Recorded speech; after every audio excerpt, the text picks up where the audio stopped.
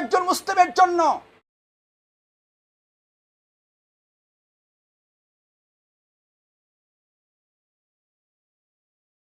আল্লাহুম্মা কফিনিহিম বিমা শি'তা। বন্ধুরা, এই ছোট্ট একটি দোয়া আপনারা মুখস্থ করবেন, পারলে লিখে নেবেন। এটা মুখস্থ করলে আপনার অনেক ফায়দা হবে।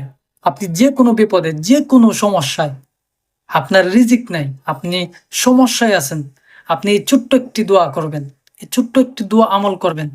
সেটি হচ্ছে আল্লাহুম্মা কফিনিহিম বিমা শি'তা। আল্লাহ তাআলা একমাত্র আমার জন্যই যথেষ্ট। আপনি বিপদে পড়েছেন, আপনি যে কোনো একটা সমস্যা আটকা পড়েছেন, আপনি এই ছোট্ট দোয়াটি আমল করবেন।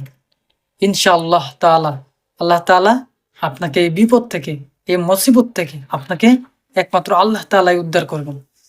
পৃথিবীর কোনো মানুষ কেউ আপনাকে উদ্ধার করতে পারবে না যদি আল্লাহ না চান।